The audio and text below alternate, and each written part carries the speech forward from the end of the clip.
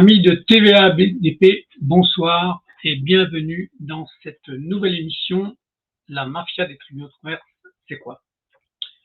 Alors ce soir, l'émission ne va pas être tout à fait comme les autres. Mes invités vont être un peu différents, puisque dans un premier temps, je vais plutôt rendre un hommage à quelqu'un qui a fait un travail considérable il y a quelques années.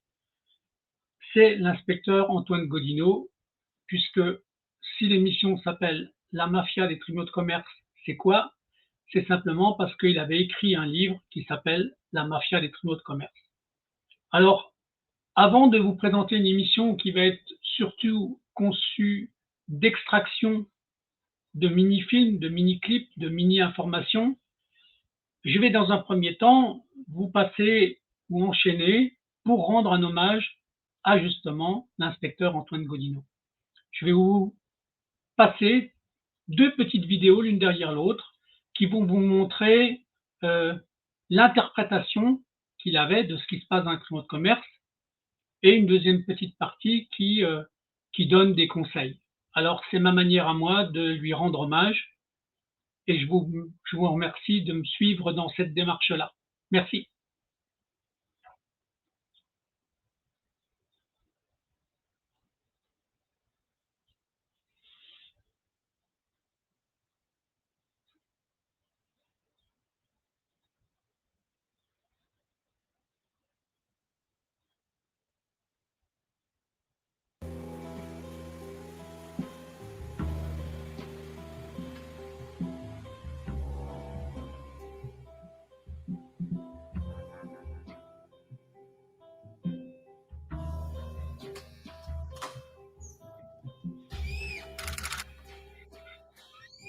La justice consulaire se montre la plus efficace lorsque les sociétés anticipent leurs difficultés avant d'être contraintes au dépôt de bilan.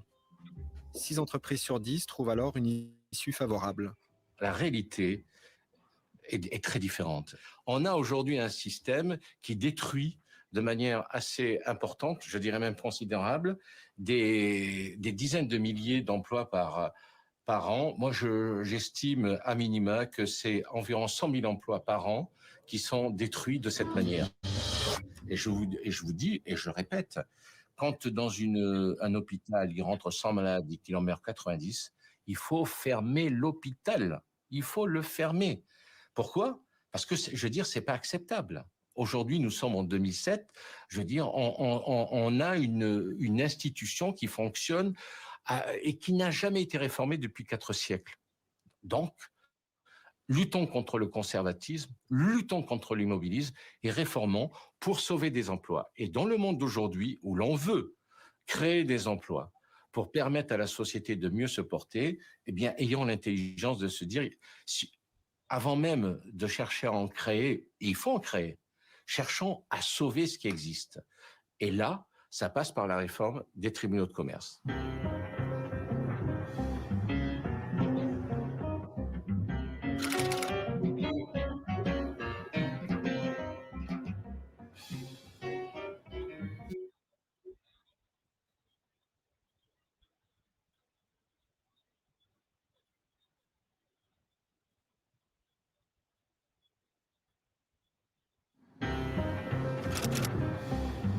En 1998, Antoine Gaudinot, ancien inspecteur de police, brosse dans un livre polémique un portrait sans complaisance des tribunaux de commerce. Il dénonce un système perverti.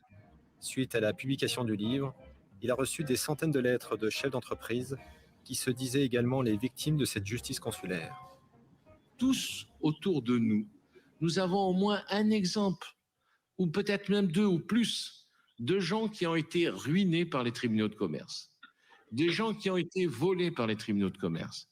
Et ça, c'est inadmissible. La justice n'est pas là pour vous prendre votre bien, votre maison, surtout quand vous avez pris des risques pour créer quelque chose. La justice est là pour vous défendre et pour défendre la société.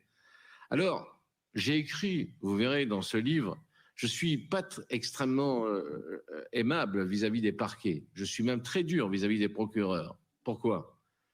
Et parce que ces gens-là, ils sont normalement présents aux audiences. Et si vous allez dans les tribunaux, vous ne les voyez pas aux audiences la plupart du temps. Et ça donne libre cours, malheureusement, à beaucoup de dérives. Donc aujourd'hui, je vous dis ça pour l'anecdote, il faut de l'énergie. J'en ai. Je pense qu'ici, il y en a beaucoup qui en ont. Mais il y en a aussi qui sont démoralisés, qui se suicident. Bon, tout cela, ça vous savez, bon, il faut de l'argent. Beaucoup de gens n'en ont plus. On ne sait plus comment faire. Ils viennent vous voir quand c'est trop tard. Et ce qui est fort, je vois une salle qui est pleine de gens qui sont dans mon cas de figure et je ne savais même pas qu'on était aussi nombreux. Mais concrètement, au quotidien, demain matin, qu'est-ce que je peux faire pour aider? Ce qu'il y a à faire, cher monsieur, c'est d'aller vers les politiques et de faire en sorte qu'ils agissent comme on voudrait qu'ils le fassent pour changer les lois. Après, il y a localement, au niveau de ce que l'on peut faire, comme ça se passe ici, au niveau de cette association, quand ça se passe ailleurs, eh bien, il faut s'unir, il faut dénoncer, il faut se sentir solidaire, comme si vous étiez dans le village des Gaulois attaqués par les méchants Romains. Eh bien, il faut vous défendre là-dessus, parce qu'il n'y a que vous qui puissiez vous défendre comme vous le faites. Et vous le faites à votre niveau seul, mais si vous êtes plus nombreux, vous y arriverez d'autant mieux. Vous avez des responsabilités et vous avez des devoirs, et bien, il faut faire respecter vos droits. Aujourd'hui, il ne s'agit que de vos droits, il faut les faire respecter. Mais qui mieux que vous pourrait le faire? Bon, ben voilà. La parole de Monsieur Antoine Gaudino est une synthèse que vous reconnaîtrez quand même. Il a fait un point qui est important. Alors, dans les vidéos que vous venez de voir, vous avez vu apparaître l'association Morpheus Etica. C'est mon association à moi. C'est celle que j'ai créée. Je l'ai créée suite à justement mes liquidations judiciaires, parce que moi j'en ai eu 2. Mais je connais ces mécanismes-là. Et le but, après avoir lu le livre d'Antoine Gaudino, j'ai eu besoin d'exposer sur une chaîne qui a le même nom que mon association, une chaîne YouTube pour le dire, donc des mécanismes pour comprendre comment la mafia des tribunaux de commerce, puisque c'est quand même le titre du livre d'Antoine Gaudino, c'est une vraie mafia. J'ai eu besoin d'expliquer comment un liquidateur, qui était souvent d'ailleurs dans certaines villes, c'est souvent, on va dire, le même qui fait l'enquête de début, quand vous êtes en période d'observation, et après qui devient le liquidateur. En tout cas, beaucoup sont dans la perversité, voire même dans l'escroquerie à jugement. Donc là maintenant, le but d'utiliser des extraits de films d'une émission, vous voyez apparaître le logo, je crois que c'est TV5 ou il y avait TF1 qu'on avait fait. Enfin, moi, j'ai capté des vidéos et j'ai capté des séquences parce que j'avais besoin de revoir, de m'imprégner de tout ce qui avait été dit. Et derrière ça, j'ai simplement travaillé, on va dire, une synthèse des mécanismes sur l'essentiel de comment il pratique pour pouvoir tuer une entreprise. Alors lui, il vous donne des chiffres qui sont importants et le nombre de pertes d'emplois. Et c'était il y a plus de 15 ans. Donc il faut bien imaginer que rien n'a changé. La réforme des tribunaux de commerce n'a pas eu lieu.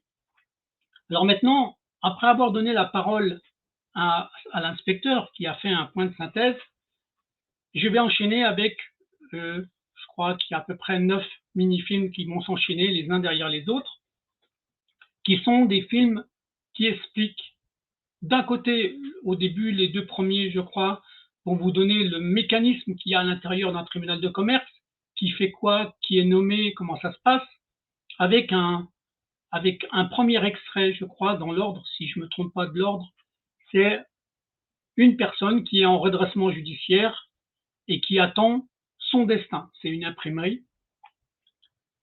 Et on restera avec un extrait qui laissera son point d'interrogation. La suite de cette histoire-là, elle viendra peut-être dans une autre émission.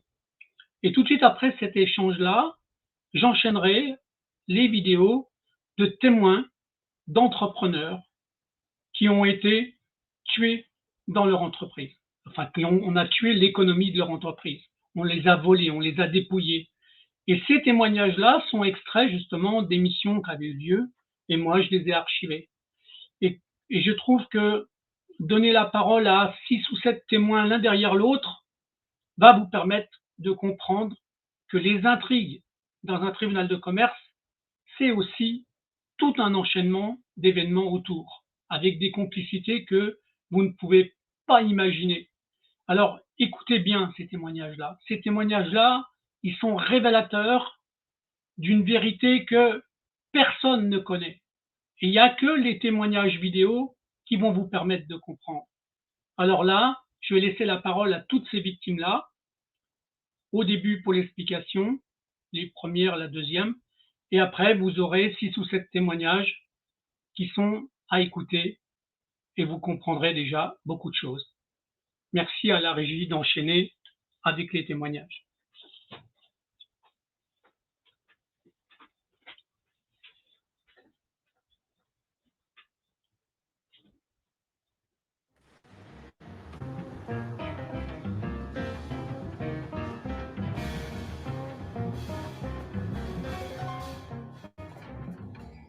Au sein du système judiciaire français, la justice économique est une justice à part en ce sens que les magistrats ne sont pas des juges professionnels. Ce sont des commerçants, des chefs d'entreprise qui rendent la justice. Créés il y a plus de 4 siècles par les marchands pour régler leurs différends entre eux, les tribunaux de commerce continuent d'exercer leur tutelle sur le monde des affaires et des entreprises en difficulté. Mais on constate qu'aujourd'hui, 9 entreprises sur 10 qui déposent le bilan sont liquidées, entraînant la destruction de dizaines de milliers d'emplois. Ces chiffres placent les tribunaux de commerce au centre de nombreuses polémiques.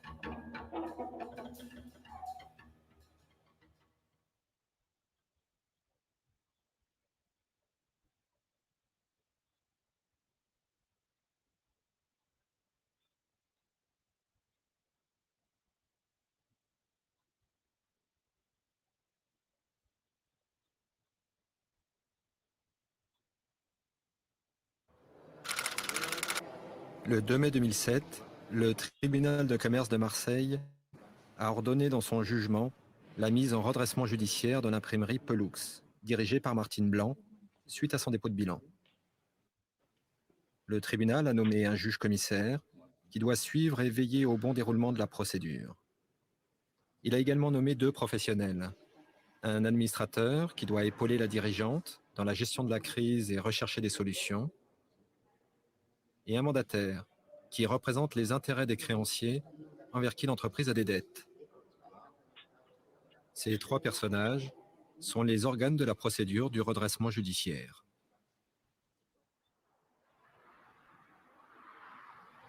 Vous savez que le tribunal de commerce de Marseille a ouvert une procédure de redressement judiciaire à l'encontre de la société Pelou par un jugement du 2 mai 2007.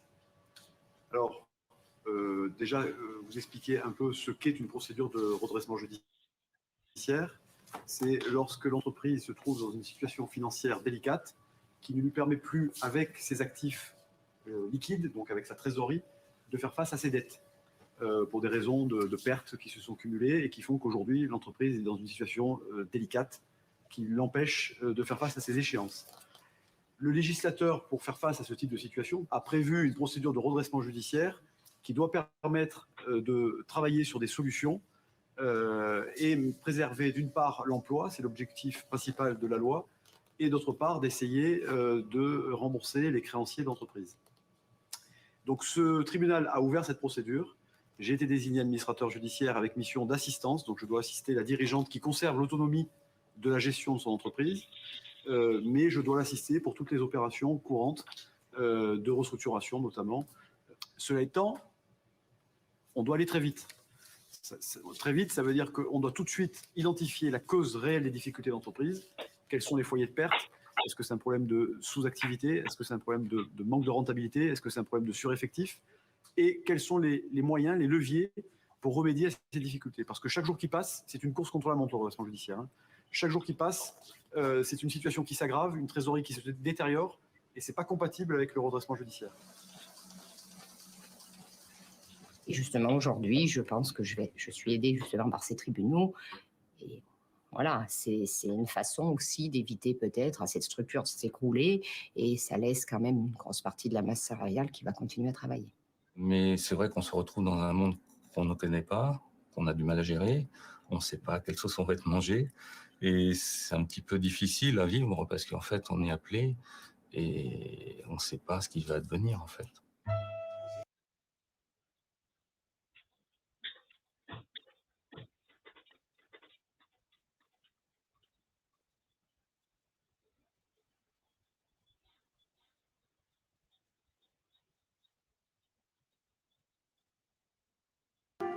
Donc j'ai rencontré mon mari, c'est un grand sportif et on a essayé de trouver un concept qui permettait de faire du sport en salle parce que nous habitions Brest et que ce n'était pas du tout une région qui était propice au sport extérieur. Donc on a créé un centre de remise en forme et nous avons connu très vite un grand succès et nous avons décidé de développer ce concept en franchise.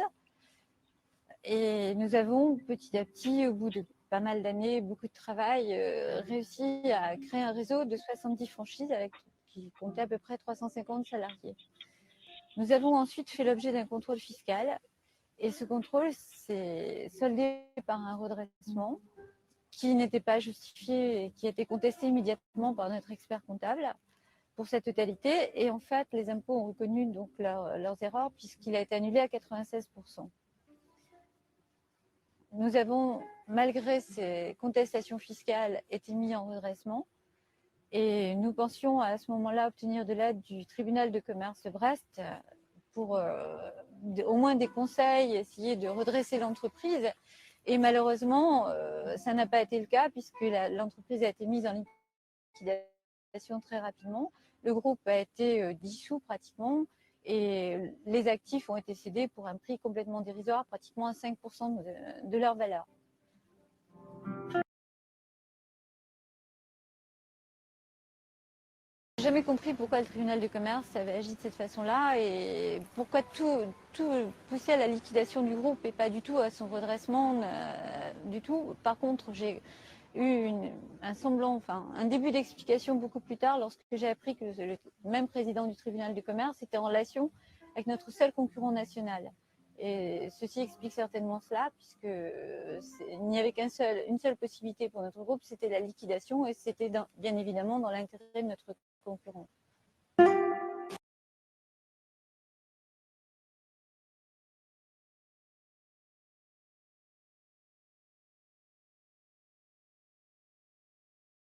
Quand mon beau-père, qui était médecin et qui était en même temps consul de Grèce, a donné sa maison à mon mari, et que mon père venait de mourir d'un cancer, j'ai dit bon ben on va faire quelque chose pour que tous ces gens qui sont merveilleux, qui travaillent comme des bêtes et qui meurent d'un cancer à 60 et quelques années, n'aient plus ces problèmes. Je vais faire un centre anti-stress. Malheureusement, comme il avait une magnifique maison, enfin du moins c'est ce qu'on pensait, eh bien, ça a fait la convoitise de juristes de Montpellier, avocats, etc. Pourquoi? Parce que le tribunal de grande instance de Montpellier a déménagé à 50 mètres ou à 100 mètres de notre maison. À ce moment-là, on a vu notre clientèle changer. On a vu tous les juristes venir voir la maison. J'en ai même trouvé en train de visiter ma chambre à coucher. Et je ne comprenais pas. Et donc, il y en a un qui est très bien, un avocat de Montpellier, qui m'a dit « Vous vendez votre maison combien ?» On ne la vend pas. On a fait un centre qui est merveilleux et qui plaît à tout le monde. Eh bien, méfiez-vous. Et à ce moment-là, on a découvert plein de choses, puisqu'on n'est pas juriste. Et ils ont décidé de vendre la maison aux enchères à un prix dérisoire. Elle a été vendue pour le 6e ou le 7e de son prix. À qui? À des avocats qui ont tout organisé. Et on a été mis au courant que par hasard, parce qu'on avait une affiche sur la porte. Et ça, c'est inadmissible. Nos créances ont été gonflées dans la proportion de 3 ou 4 d'une manière ahurissante, ce qui nous sidérait car on ne comprenait pas comment ça avait pu être organisé. Et le pire, ça a été pour ma famille l'expulsion qui a été organisée par l'avocat qui a tout organisé aussi dans le cadre de notre vente aux enchères de la maison de famille. Et il faut dire que quand vos enfants ont 10 ans, 18 ans et 19 ans et qu'ils assistent à cela, ils ne croient plus à grand-chose et ils se demandent si on vit dans un pays qui est sain et où on respecte les gens et la famille. J'avoue que depuis 15 ans, 17 ans que nous vivons cette situation, nous aidons nos enfants au maximum, nous vivons des procédures au quotidien, nous vivons des ATD fiscaux qui correspondent à des sommes énormes qui ne sont pas toujours dues. Et l'un des représentants des services fiscaux de Montpellier nous a avoué qu'il travaillait aux ordres du liquidateur, car il ne fallait pas que nous ayons les moyens de payer nos avocats. Nos avocats nous ont souvent lâchés car tout simplement ils recevaient des pressions très graves par téléphone. Et d'autre part, pour terminer, il est évident qu'il y a une sorte de mafia en col blanc qui existe et qu'il faut absolument éliminer. Il y a des gens bien, c'est à eux de le faire.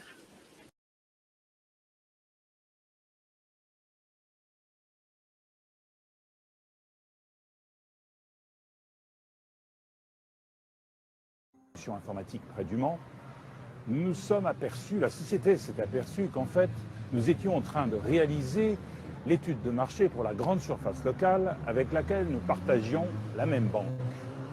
Voyant donc l'avenir s'obscurcir de jour en jour, nous avons préféré arrêter l'activité au bout de quelques mois. Mais nous ne savions pas à ce moment-là que nous allions rentrer dans un véritable cauchemar juridique, parce que le liquidateur, dès le départ, avait décidé de nous empêcher d'accéder au contradictoire, comme les faits le prouveront par la suite. En effet, malgré 7 demandes appuyées pour tenter de vérifier, malgré le mandatement d'un avocat pour accomplir cette mission, en dernier recours, après avoir saisi le président de l'ordre des mandataires liquidateurs pour tenter de ramener le liquidateur à la raison, ce dernier n'a voulu rien entendre et il ne nous a jamais permis de vérifier. Je note au passage que le président de l'ordre des mandataires liquidateurs, ses injonctions, sa requête envers son collègue n'ont servi à rien, ce qui démontre par là même que leur pouvoir d'autorité et de contrôle est néant et nul. Pire encore, le liquidateur a maintenu jusqu'en cours de cassation que la vérification avait été accomplie de façon complètement légale et qu'elle était incontestable, pour employer ses propres termes. En réalité, il a fallu que je porte plainte pour faux usage de faux contre ce liquidateur, pour qu'enfin il reconnaisse devant la justice professionnelle qu'il ne m'avait jamais convoqué et qu'il n'y avait jamais eu de vérification légale. Mais encore une fois, ce dernier s'est retranché derrière le personnel de son étude pour tenter d'échapper à sa responsabilité et pour dire qu'en fait, ce n'était qu'une simple erreur, une erreur qu'il avait pourtant personnellement commise à plus de 10 reprises. Il a fallu donc de nombreuses années pour que la justice professionnelle désigne un expert comptable et commissaire aux comptes, et que ces derniers puissent constater que l'ensemble de mes contestations étaient fondées et réelles. Ce liquidateur, en réalité, a profité de son statut d'auxiliaire de justice pour utiliser contre moi tout son pouvoir pour m'empêcher de vérifier, pour m'empêcher d'accéder au contradictoire, et tout cela vraisemblablement pour pouvoir s'enrichir.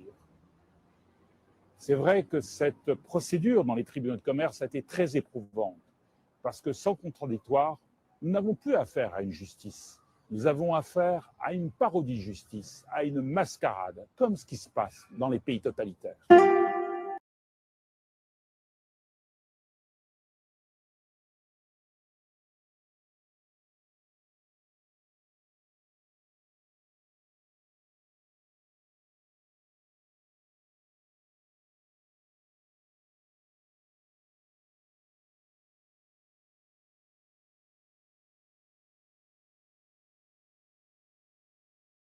En 10 ans, nous avions créé plus de 100 emplois, avec la sous-traitance permanente, à peu près 150.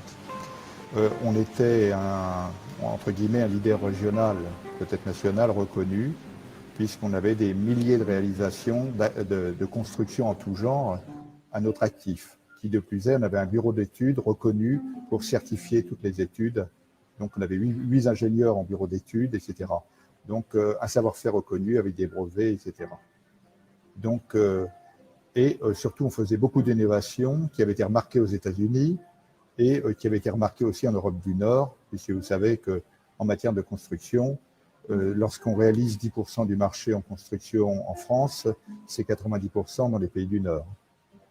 Et nous étions en train de faire un mariage industriel avec une énorme augmentation de capital, avec le numéro 1 mondial du bois qui était finlandais, qui, si le mariage n'avait pas échoué à cause d'un événement extérieur, je veux dire, nous aurait amené aujourd'hui, assurément, au moment où le mur de Berlin tombait, en position de leader en Europe. Si l'augmentation de capital a échoué, le destin est ainsi, c'est qu'on a eu affaire à une bande de voyous. Bande de voyous. La délinquance financière en col blanc, nous sanctionnée. Donc, c'est-à-dire, nous avons été la victime indirecte d'une énorme escroquerie du deuxième céréalier français, où 15 banques ont été condamnées en responsabilité, et nos banquiers qui participaient à l'augmentation de capital ont été mis en examen dans cette affaire. Et on a étouffé plus ou moins, c'est une escroquerie de l'ordre d'1 milliard. Donc, vous me direz aujourd'hui, par rapport à ce qu'on découvre, c'est peu, mais ça a eu pour conséquence de paralyser notre augmentation de capital et de nous envoyer vers les fourches codines d'un tribunal de commerce, où là, j'ai découvert l'entente, on va dire autre chose, la bande organisée entre des acteurs bancaires et des acteurs judiciaires au sein du tribunal de commerce. Et là-dessus, permettez-moi d'accuser, je l'ai accusé en son temps et je le redis aujourd'hui, un juge commissaire qui était la clé de voûte de tout cela, qui était notre concurrent, où j'ai découvert la corruption, on peut dire comme ça, donc avec des acteurs bancaires et judiciaires. Un autre exemple, nous avions comme juge consulaire, qui était le concurrent, qui se faisait écrire par le candidat à la reprise à son propre entreprise, et qui avait convoité un certain nombre d'actifs importants immobiliers avec des acteurs bancaires pris dans l'affaire dont je parlais. J'ai dénoncé tout ça au procureur de l'époque, qui n'a pas jugé se mobiliser. Moralité, tout un faisceau de circonstances gravissimes sont arrivées après. La mort du cofondateur de ce groupe industriel, mort à l'âge de 38 ans, était sorti major de l'école d'ingénieurs. La destruction de 10 ans de travail, des emplois qui devaient être créés, qui n'ont pas été créés, des savoir-faire qui existaient, qui se sont évanouis, un personnel qui était rejeté. Et moi, aujourd'hui, je le dis ouvertement, cette justice consulaire n'a pas fait le ménage, comme il le fallait en tout cas sur ce que j'ai eu à connaître, vis-à-vis de personnes présentes qui étaient pour le moins indélicates et qui n'en auraient pas la justice. Raison pour laquelle, depuis j'ai 18 ans cette procédure, j'ai souvent parlé des autres et peu de moi, mais j'ai été très fier d'aider des quantités de gens dans le cadre de mouvements divers pour aider les autres. Et ce que j'espère aujourd'hui, au moment où on voit la délinquance financière, que enfin notre État va faire les réformes qui s'imposent, qu'on impose de l'éthique dans la justice économique et que l'on sache virer les brebis galeuses quand elles existent. Voilà pourquoi je me bats aujourd'hui. Pour moi, l'éthique est quelque chose comme… Je vais prendre un autre mot. Derrière se cache la déontologie de tout ce qu'on fait, mais je dirais l'éthique, c'est l'honnêteté. On n'est pas moitié honnête ou moitié malhonnête. On est honnête ou on est malhonnête.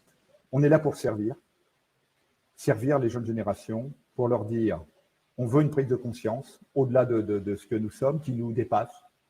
Mais ceux qui sont à l'origine de l'opération Désir d'éthique vont lancer l'appel du 18 juin 2009, clin d'œil à l'histoire, de Désir d'éthique. Il faut donner du sens aux jeunes pour qui considèrent leurs aînés autrement que comme ils le font aujourd'hui. Ils n'ont pas toujours tort, de mon point de vue.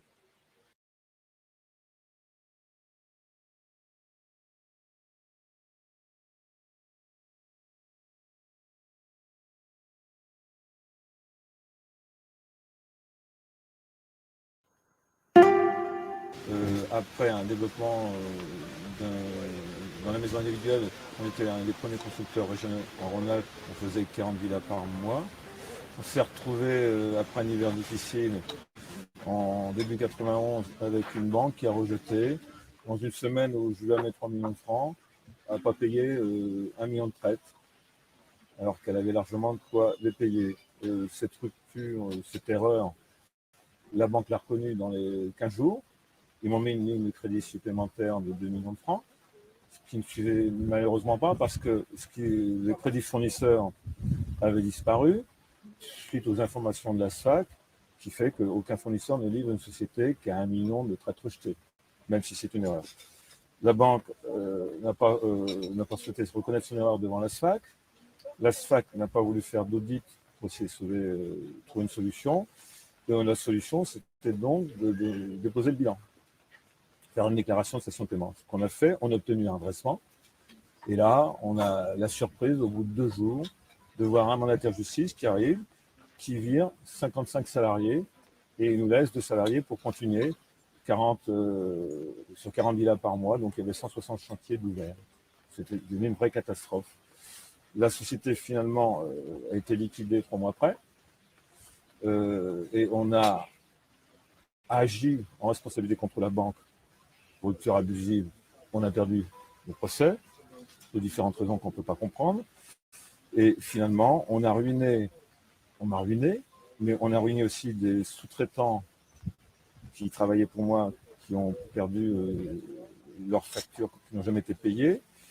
Le liquidateur n'a pas fait son travail non plus, dans la mesure où il n'est pas été rechercher ce que devaient les clients sur leur chantier dans la situation qu'ils devaient payer, 3-4 millions de francs.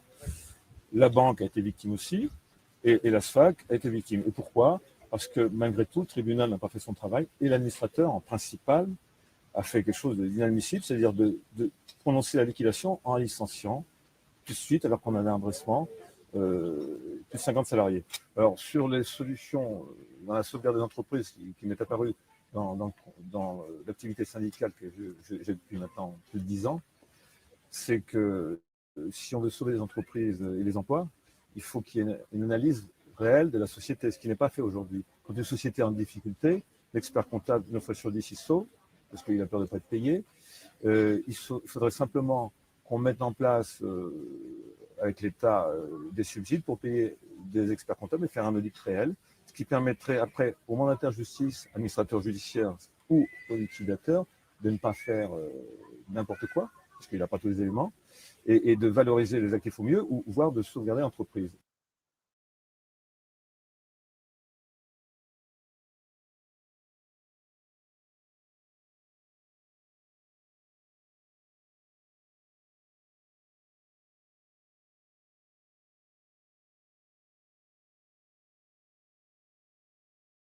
Exercer le métier de maçon pendant 38 ans. Et je me suis construit un patrimoine évidemment pour ma retraite. Et nous étions en train de vendre ce patrimoine, dont une chose nous est arrivée, dont ma femme va... Mon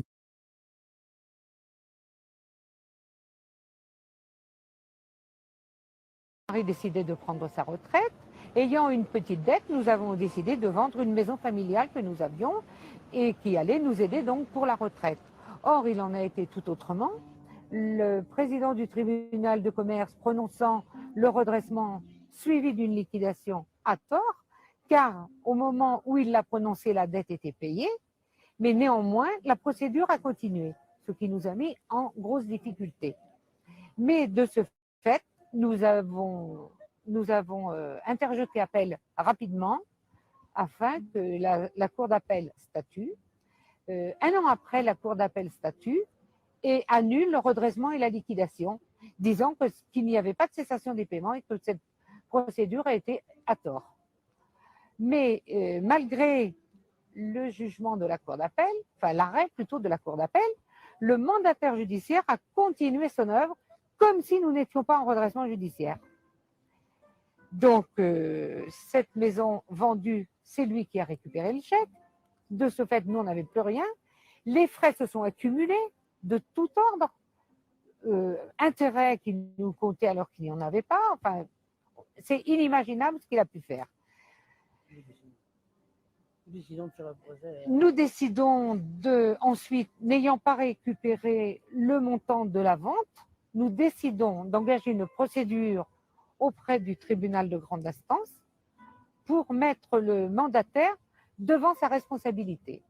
Mais c'était sans compter que ce tribunal a retourné l'arme contre nous, nous retrouvant nous-mêmes condamnés à lui payer des dommages et intérêts pour procédure abusive, alors que c'est nous qui étions dans notre droit. Mais ce que nous avons découvert, c'est que le président du tribunal de grande instance qui a rendu ce jugement venait de se rendre acquéreur d'un manoir entre les mains du liquidateur qui venait de liquider cette maison, ce manoir, c'est-à-dire. Ce manoir vendu, un beau manoir qui a été vendu pour le prix d'une bouchée de pain. Ceci expliquant cela, voilà comment en Saumurois on règle les affaires. Et il faut savoir aussi, chose que je n'ai pas dit au début, c'est que le président du tribunal de commerce, au moment de la mise en redressement, de notre mise en redressement, était lui-même en liquidation dans une de ses sociétés sur Paris. Chose pas banale, je ne pensais pas, moi, qu'un président de tribunal de commerce, c'est quand même trop marrant, pouvait être lui-même en liquidation, alors que la loi le lui interdit.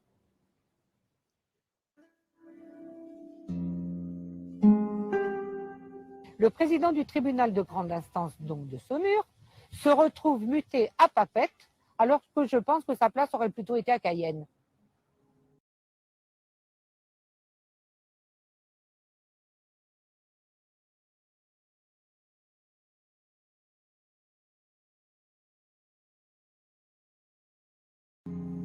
Alors mon entreprise que j'ai créée en 1979 s'est développée très rapidement dans le domaine des équipements scéniques et pour les théâtres, cinémas, centres culturels, parcs d'attractions, et s'est développée de manière importante puisque 10 ans après, elle réalisait pratiquement 80% de son chiffre d'affaires à l'exportation et employait jusqu'à 100 personnes. Malheureusement, sur un marché en Italie, une sous-traitance avait été faite avec un fournisseur italien qui a été défaillant. À la suite de quoi j'ai dû faire appel à la justice pour faire condamner ce fournisseur, qui a été effectivement condamné. L'exéquature du jugement a été faite. Le fil du pool bancaire à ce moment-là nous a lâchés et il a fallu que je recours au service du tribunal de commerce de Bobigny à l'époque, dans les années 90. Et là, j'ai été témoin de dysfonctionnements invraisemblables des mandataires en place. Et finalement, l'exéquature du jugement qui a été faite n'a pas été recouvrée et l'entreprise finira en liquidation judiciaire. Et donc, j'ai été témoin des dysfonctionnements de ces gens-là et qui perdurent encore malgré toutes les mesures de sauvegarde qui sont appliquées aux entreprises. À l'origine, j'ai eu confiance puisque le président du tribunal de commerce à l'époque m'avait reçu et m'avait dit « mais nous sommes là pour vous aider, vous les chefs d'entreprise, si vous avez des défaillances, on comprend qu'une entreprise peut avoir des défaillances et on est là pour vous aider ». Et effectivement, on me présentera un administrateur judiciaire, un commissaire au plan, ainsi de suite. Et malheureusement, les services n'ont pas été rendus, bien au contraire, puisqu'on a terminé en liquidation judiciaire, ce qui n'aurait jamais dû être le cas.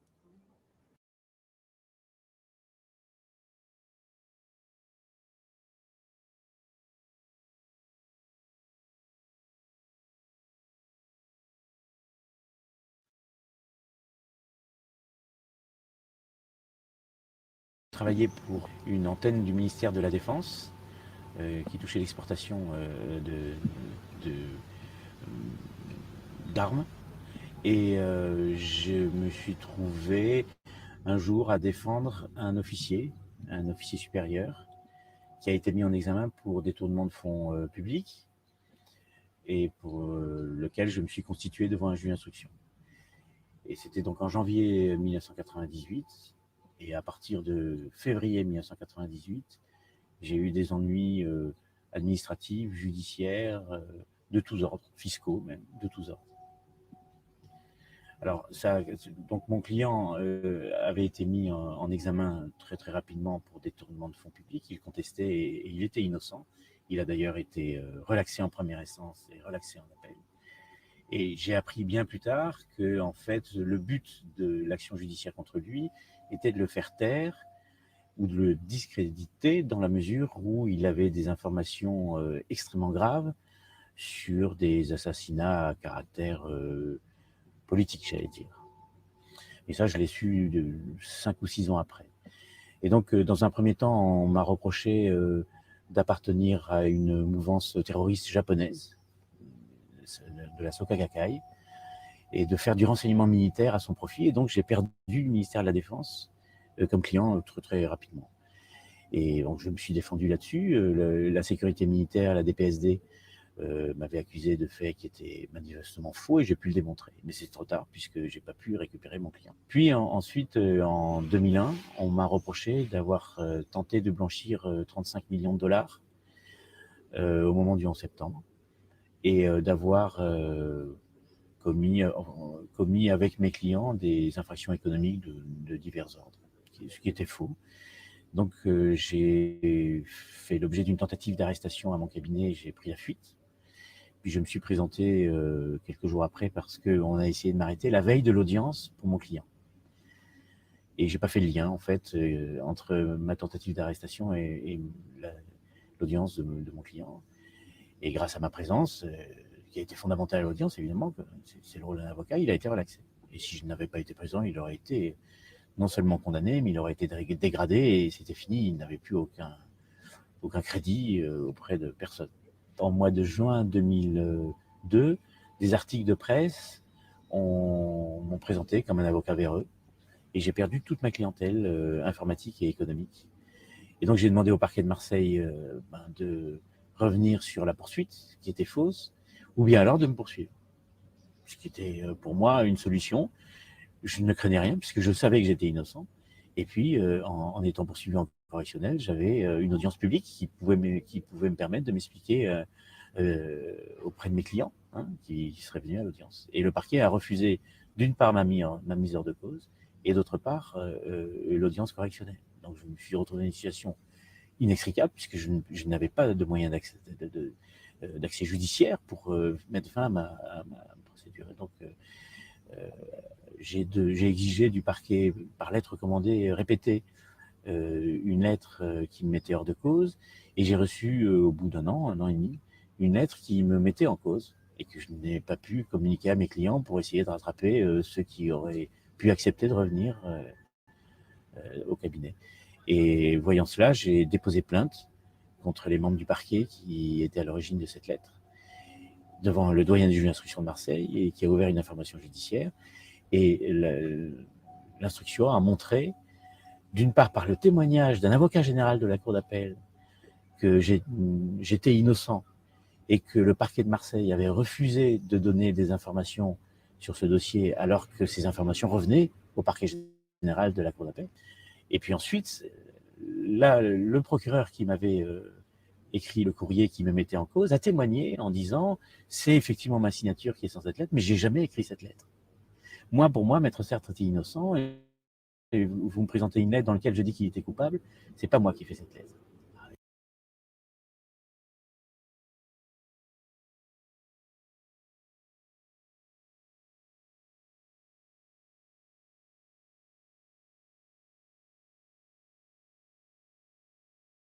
De bijouterie fantaisie qui s'appelait à l'enseigne quelque part, qui est parti de Dijon, donc où j'étais étudiant, et que j'ai après, comme c'était un concept tout à fait nouveau, j'ai tout de suite vu que c'était développable et modulaire, et donc développable, et donc j'en ai fait 18.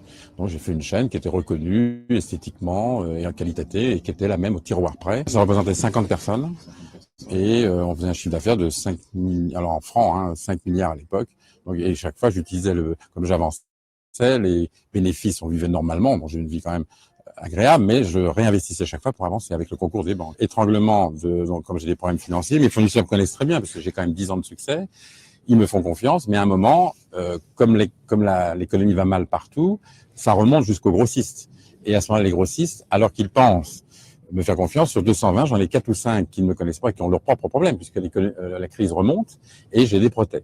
Ayant des protèges, je vais au tribunal, comme tout le monde, et donc je vais au tribunal de commerce. Et là, qu'est-ce que je trouve? Un accueil déplorable.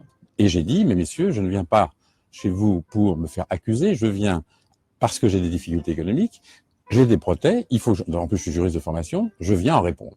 Et le président me dit, monsieur David, après avoir été convaincu de ma sincérité, que j'étais nettement en actif, j'avais des fonds de commerce qui valaient très cher, j'avais un passif, en gros, si on donne des chiffres, j'avais un passif de en gros 2 millions de francs sur l'ensemble de mes magasins. En valeur de fonds de commerce, j'en avais pour 1 milliard. Je m'excuse, je pars en francs, hein, j'arrive pas à m'y faire. Et donc, c'était facilement récupérable. Et le président me dit, mais monsieur David, il serait peut-être souhaitable que vous déposiez votre bilan. Et j'ai dit, écoutez, le terme, je ne l'aime pas comme tout le monde, parce que dépôt de bilan et tout, mais puisque vous me le proposez, il n'y a aucun problème. Et il se trouve que j'étais en divorce. Et le président me dit, pour me gêner ou pas, peu importe, mais là c'est légal, il me dit, pour supporter votre plan, puisque vous annoncez votre divorce et tout, il faut que vous nous ameniez la propriété, quand le divorce était en cours, la propriété de vos magasins, ce qui va être le support du plan, ce qui est normal. On m'accorde mon plan. Il y a 7 jours de délibéré. Et quand je rentre pour ouvrir mon magasin et on m'apprend que je suis en liquidation judiciaire. Mais on m'accepte d'être reçu par mon juge commissaire de l'époque. Et le monsieur me reçoit et me dit, voilà, monsieur, vous nous avez caché, donc on ne peut pas parler d'actifs, puisque vous nous avez caché votre pension alimentaire. Alors je lui réponds, monsieur, d'abord les sommes en jeu n'ont rien à voir avec les sommes qui étaient en jeu, donc ne me met pas en déséquilibre actif, donc déjà c'est proportionnellement inadmissible, mais surtout, vous savez pertinemment que j'étais en divorce, je n'ai même pas soulevé la question de mes avocats que vous avez quand même félicité, puisque vous nous avez accordé le plan officiellement, en fait c'était parce que vous n'aviez rien contre moi, et donc vous avez trouvé cet argument, liquidation judiciaire. J'ai fait appel, 6 mois après je me retrouve donc à la cour d'appel, où curieusement le président n'arrête pas d'avoir le téléphone devant lui téléphoner, il m'écoute. Et au moment de le délibéré qui est mis il y a quelques jours, je sors, donc je suis dans la cour d'appel, et il y a 3 policiers, dont un gradé, qui sont là, donc ils étaient pénétrés dans le tribunal pour un commerçant, donc pour un entrepreneur. Je ne suis pas un voleur de grand chemin, hein, je protège. Eh bien, on me dit, monsieur David, on vous emmène en prison. On ne me donne pas la raison, mais c'est pour la raison de pension alimentaire, et je suis menotté, et je sors menotté du tribunal de commerce. Je sortirai, je suis un homme honnête, je sortirai très vite.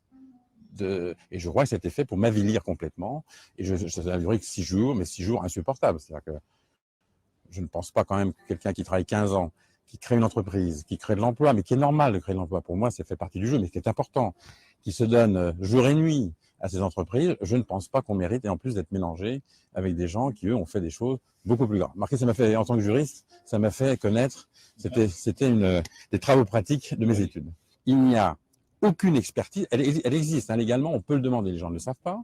Il y a une ambiance de salon de thé, hein, c'est les juges qui ne sont pas des vrais juges. On a l'impression que nous, on a mis 7 ans pour avoir un doctorat, eux, on leur met une robe en un quart d'heure parce qu'ils sont commerçants, et avec une bavette, bon, il y en a un qui m'a demandé si je savais écrire, par exemple. Je lui ai dit quand même que j'avais des diplômes qui justifiaient au moins mon écriture, pour vous voyez jusqu'où descend le niveau. Bon. Donc moi, je suis partisan, pour avoir vécu tout ça avec surprise, qu'il faut, c'est complètement démodé, inadapté à la société actuelle. Donc il faut des tribunaux compétents. Alors on parle d'échevinage depuis très longtemps, mais moi, je vais beaucoup plus loin. D'abord, je ne supporte pas, c'est un peu formaliste, ça vient souvent de ma formation, l'idée même de tribunal, pour moi, me dérange. Un entrepreneur, sauf s'il a triché, sauf on prouve qu'il a triché, pris dans la caisse ou vraiment une malversation, là on passe au pénal, bon, qu'il y ait une justice, avec des professionnels. Mais tant que ça reste du commerce, pour moi, je ne me suis jamais senti un accusé. Or, on a l'impression qu'on a tué... Bon, on répond devant les gens, peu importe, on aime ces entreprises, on répond. Mais on est quand même derrière une barre et on a l'impression qu'on a triché, ce qui n'est pas le cas. C'est l'économie, enfin en ce qui me concerne, mais d'autres, c'est l'économie qui vous amène en tant que responsable devant des gens à vous expliquer. On n'est pas des accusés, on peut quand même expliquer quand même. Et aujourd'hui, on a des cas beaucoup plus importants et avec surprise, qui s'en sortent d'ailleurs beaucoup mieux que nous, parce que nous, on finit ruinés dans ces affaires. C'est-à-dire que ce qui vaut 10 francs légalement devient 1 franc. Donc mon passif de 2 millions de francs, alors que j'avais 1 milliard en face, devient 1 million, donc je deviens à moins 1 million. Et quand on me dit, monsieur David, vous avez mal géré, même aujourd'hui, j'ai résisté, et je résisterai car je n'ai jamais triché. Les gens pensaient que j'allais quitter la vie, pourquoi je quitterais? Puisque je n'ai jamais triché. Alors, même, alors que ça peut être interprété comme une provocation ou aberrant. Donc, je suis resté parce que, n'ayant pas triché, c'est même dans mon caractère. Par contre, j'aurais triché, bien évidemment, j'arrête. En France, une liquidation, la moyenne des liquidations closes, c'est 7 ans. Moi, j'en suis à 17 ans, elle n'est pas close. Je pense que l'éthique d'un chef d'entreprise, le vrai, c'est qu'il aime son entreprise et je pense qu'il lui donne, il prend un peu, il prend quand ça lui rapporte, bien que la vraie jouissance, c'est la création même de l'entreprise, je parle du vrai. Et puis quand l'entreprise est malade, alors moi j'ai été éduqué où je donne un peu comme un paternalisme, pas arriéré, hein. Je me prive et je fais tout pour sauver mon entreprise. Donc c'est une sorte de, j'ai comparé devant le tribunal les entreprises à des enfants ou à des bateaux, c'est-à-dire qu'on protège le bateau, il faut le ramener au port quoi qu'il arrive. Comme ce système est un peu flou et un peu, il s'est créé des professions à côté qui profitent du système. puisque tout se passe quand même par connaissance. Les syndics, il faut réformer les syndics qui font des fortunes colossales, les mandataires, qui gagnent plus d'argent quand l'affaire est liquidée, alors qu'ils sont là que pour représenter les créanciers. Mais il faut savoir qu'en fait, il y a une contradiction que j'ai d'ailleurs soulignée dans mon rapport au ministre, c'est qu'ils gagnent plus d'argent quand l'affaire est liquidée que quand elle est en vie, alors qu'elle est faite pour protéger simplement les créanciers. Donc il y a en plus des antinomies, des contradictions fondamentales que tout le monde connaît, juridiques, prouvées. Vous leur dites, et le système ne bouge pas, parce qu'il y a des intérêts. Il y a tous ces prédateurs qui prennent les entreprises. Enfin, mais bon, maintenant, moi, ma question à 60 ans, j'ai une question un peu philosophique, je ne gère pas la solution.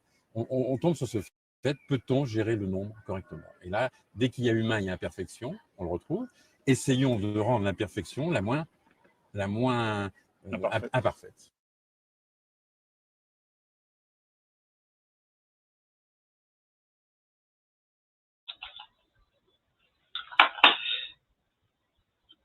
Bon, vous avez vu, enfin vous avez entendu, vous avez vu et entendu une forme d'enchaînement de témoignages qui ont le mérite pour moi d'être, on va dire, révélateurs. Et révélateurs dans le sens où vous avez, on va dire, des exposés qui sont relativement différents, avec des intrigues, même si la finalité elle est toujours la même, hein, on spolie l'entrepreneur. Mais je ne sais pas si vous avez bien vu que on découvre à l'intérieur de toutes ces procédures toutes les complicités qu'il peut y avoir. Alors, c'est ça qui est difficile à appréhender. Vous avez bien sûr la justice consulaire, ce qu'on appelle les juges qui sont des commerçants, parce que ce ne sont pas des professionnels. Le seul professionnel dans un tribunal de commerce, je le rappelle, c'est le mandataire judiciaire, d'accord, qui est un auxiliaire de justice. Les autres, comme le dernier témoignage vient de le dire, ils mettent une robe noire, ils sont tout fiers, ils sont tout beaux, et ils s'aperçoivent qu'ils ont un pouvoir. Et ce pouvoir-là, même si des fois ils sont plus bêtes, ils sont des fois plus bêtes que la victime qu'ils vont liquider. Mais au-delà de ça, c'est de découvrir tous les types de corruption qu'il peut y avoir. Donc vous avez remarqué que dans certains témoignages, vous avez même un liquidateur qui a vendu de l'immobilier à un juge qui devait normalement permettre à la justice de se faire contre une personne contre un couple qui avait été liquidé abusivement et reconnu d'ailleurs comme quoi il ne devait pas être liquidé. Donc ce genre de choses. Après, vous avez ce qu'on appelle les jalousies des entrepreneurs. Vous avez vu ce qui s'est passé à Brest, tout simplement. On liquide une entreprise simplement parce que dans un tribunal, le tribunal de commerce de l'époque, il est copain avec, on va dire, le concurrent. Et ça, c'est des choses qui sont récurrentes. Vous avez des présidents ou des juges commissaires, parce que le juge commissaire, vous avez vu tout à l'heure, il vous présentait les juges, le mandataire et l'administrateur. Tout ça, ça travaille en collusion. Alors, quand vous tombez sur des gens qui sont bien, ça va, mais c'est rare. C'est très, très rare. Le nombre de liquidations, je le dis, je le répète, les témoignages que j'ai eus dans les autres vidéos vous ont montré déjà ce type de mécanisme. Là, j'ai fait, on va dire, une sorte de résumé avec un enchaînement de témoignages. Mais cet enchaînement de témoignages, il a le mérite de vous éclairer sur certains points. Par ici, c'est un procureur qui intervient. Là, c'est un mandataire qui est véreux, qui fait des faux comptes. Après, vous avez un juge consulaire qui travaille pour le compte de quelqu'un d'autre, et ainsi de suite. Et tout est comme ça. Vous avez même vu un cas qui était, on va dire, entre les deux. C'est cet avocat, où on lui casse sa carrière.